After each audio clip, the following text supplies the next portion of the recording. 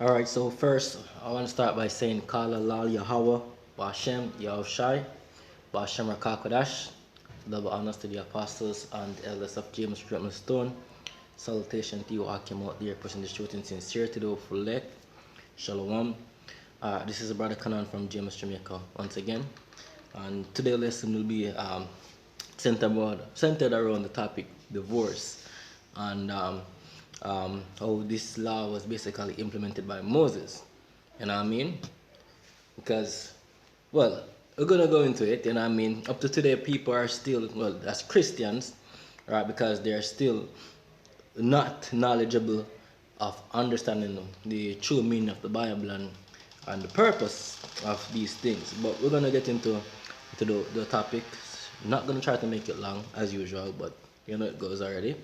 So yes, this whole topic of divorce and divorcing, right? It's basically, Moses basically gave Israel that law.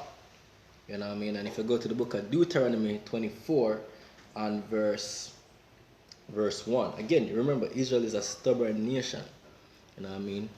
Israel is a nation that is it's very stressing to judge.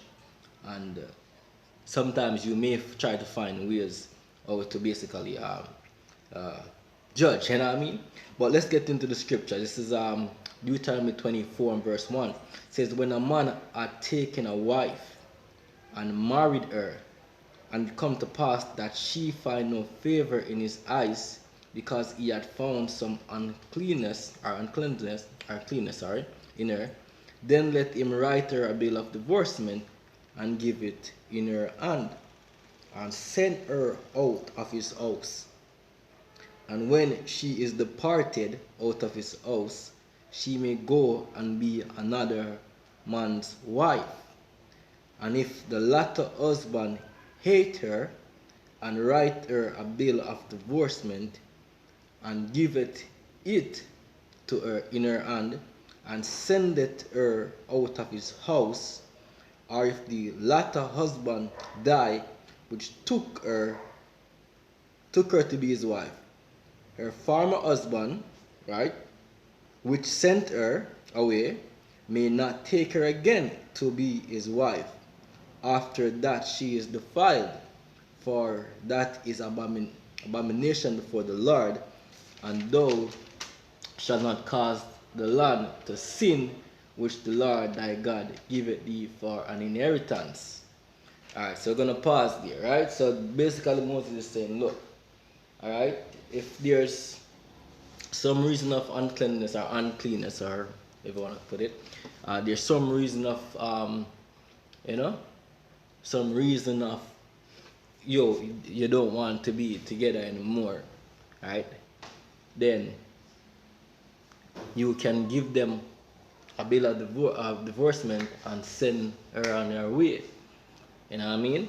So in case and scenario, if that person was because for those who don't know, because I'm speaking to about people in the known people that are done aware of these things, sex is marriage. So when you took a girl virginity, she was your wife. You know what I mean? Or she's your wife, basically. So, and she belongs to you there. Now, if you were to put that female away for a next man to take up or to have sex with, she's now defiled because she now has two different male inside of her, and she's now defiled. That is what the Bible called pollution, or adultery, or fornication is unclean, right? So yeah, so the fact that she was basically put out, you know what I mean, and went to a next man, she would have already been defiled, you know what I mean, and would have already been polluted. Now let's go to the next scripture. All right, this is Matthew 19, because Yahushua is going to say it.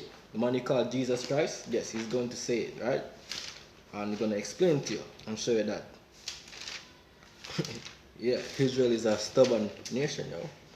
All right, but look at this. This is Matthew 19 and verse Let's start from 1, right? And it came to pass that when Yahushua had finished these sayings, he departed from Galilee and came into the coast of Judea beyond Jordan. And it says, and great multitudes followed him, and he healed them there. The Pharisees also came unto him, tempting him, and saying unto him, is it lawful by the law for a man to put away his wife for every cause?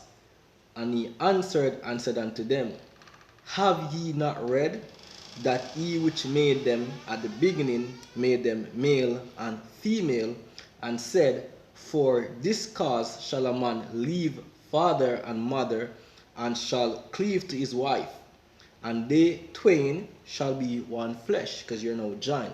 That's the whole purpose of being married. And I mean sex, joining, and you now become one flesh, right? And of course duties of marriage. But anyways, it says, wherefore they are no more twain but one flesh. They are no more two but one flesh. What therefore God hath joined together, says, let no man put asunder. Right? Let no man. So no man has the right to put that aside, because who joins them? Yahweh. Yahweh Ba'Shem Yahushai. So he says, let no man put them aside or asunder. Alright? Verse 7.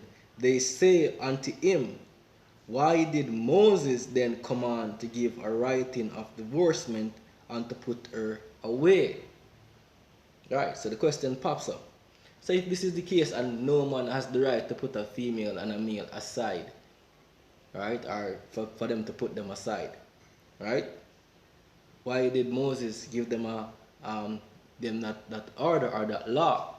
Right, so he says, he said unto them, Moses, because of the hardness of your hearts, suffered you to put away your wives.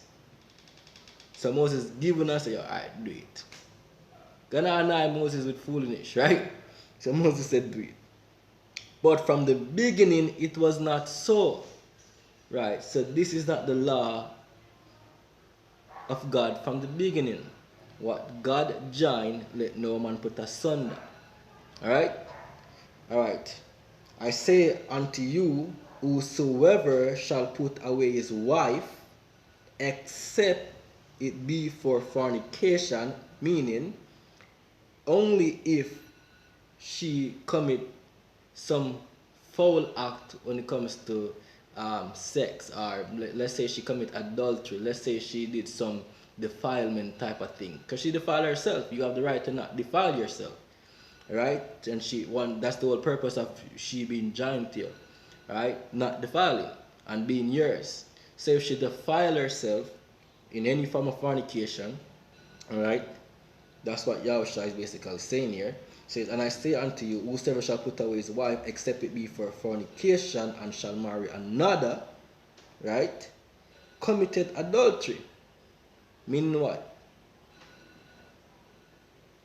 Any person that basically put away your wife for her to marry someone else, she commit adultery, right? And you cause her to commit adultery, and if you marry another man's wife, you also commit adultery.